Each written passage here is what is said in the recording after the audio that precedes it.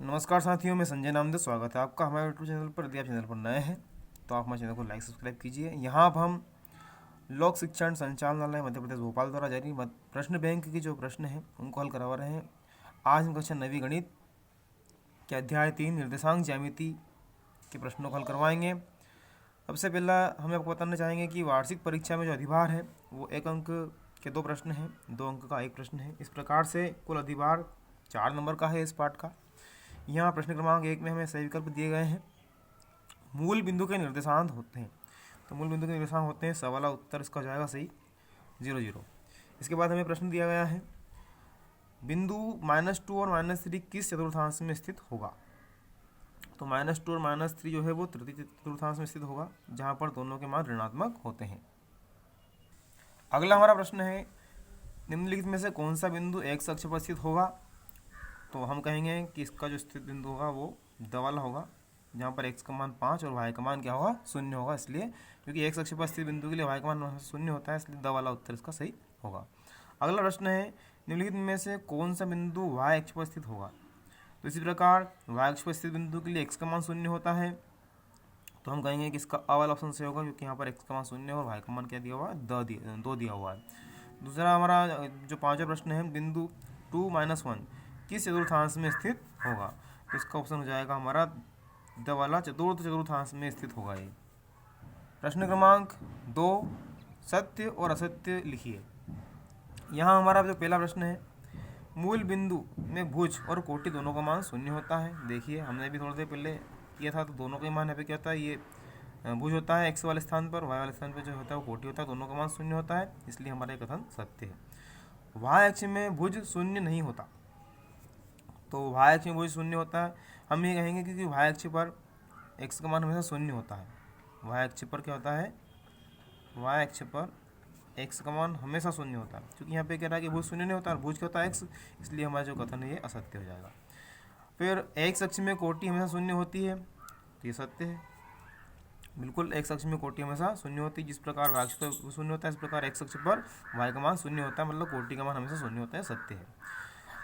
2 और 3 प्रथम चतुर्थांश में स्थित है, तो ये सत्य है, दोनों का मान धनात्मक है और प्रथम चतुर्थांश में x और y दोनों का मान धनात्मक ही होते हैं।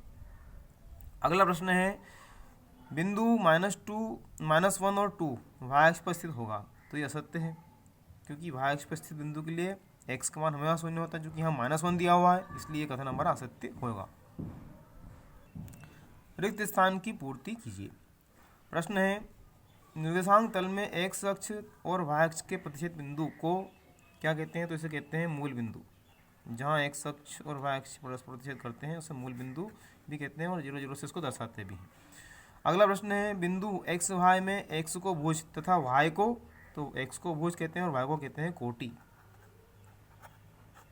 ये हमारा प्रश्न का रिक्त स्थान हो जाता है। अगला है एक वाक्य एक शब्द में उत्तर हमें देना है। पहला प्रश्न है बिंदु 0 4 कहाँ पर स्थित है। तो चूंकि देखिए x अक्ष का मान 0 है और y का मान 4 दिया है, इसलिए ये कहाँ स्थित होगा, तो ये होगा स्थित y अक्ष पर होगा। कहाँ के स्थान पर जाएगा, y अक्ष पर स्थित होगा। फिर बिंदु -5 और 6 किस चतुर्थांश में है। तो ये -5 और ये द्वितीय चतुर्थांश में स्थित होगा, द्वितीय चतुर्थांश में।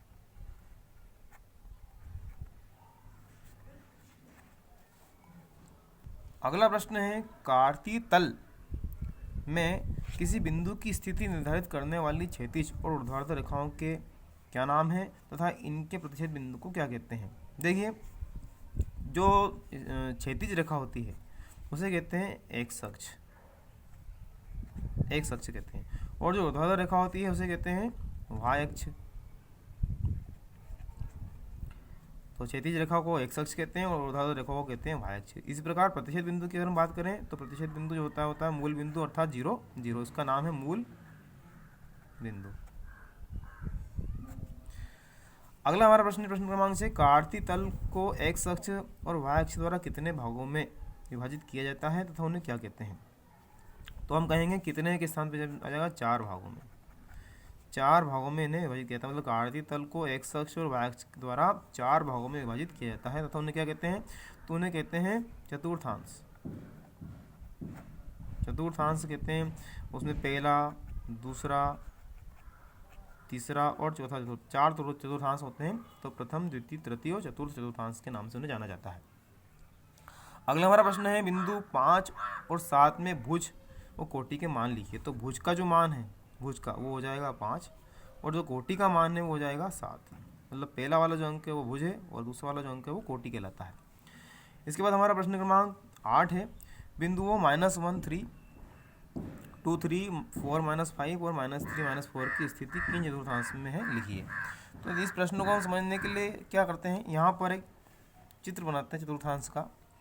चलिए, इस तरह से ये हमारा पहला चतुर्थांश हो जाएगा, ये दूसरा हो जाएगा, ये तीसरा हो जाएगा और ये हमारा जो हो जाएगा चौथा चतुर्थांश हो जाएगा। अब पहले के लिए नियम यह है कि यहाँ पर जो होते हैं प्लस प्लस दोनों ही चिन्ह, मतलब एक्स का और वाई का दोनों का मान धनात्मक होता है। दूसरे के लिए ये हमारी वाई अक्ष है और ये हमारी एक्स अक्ष है। अब दूसरे के लिए एक्स का मान ऋणात्मक होता है और वाई का जो मान है धनात्मक होता है। तीसरे में दोनों ऋणात्मक होते हैं और चौथे चतुर्थांश में एक्स का धनात्मक होता है, वाई का होता है ऋणात्मक। इस तरह से तो हमें कहा जा रहा है कि -1 और 3।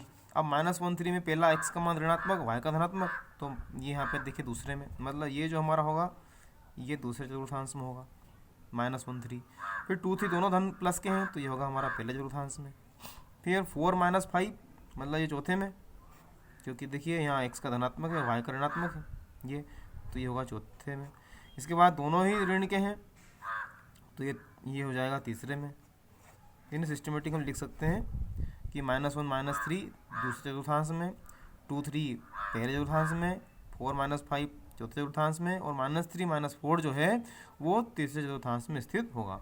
इस प्रकार से साथियों हमारा ये जो पार्ट 3 है निर्देशांक ज्यामिति, इसके सभी प्रश्नों को हमने हल कराया है।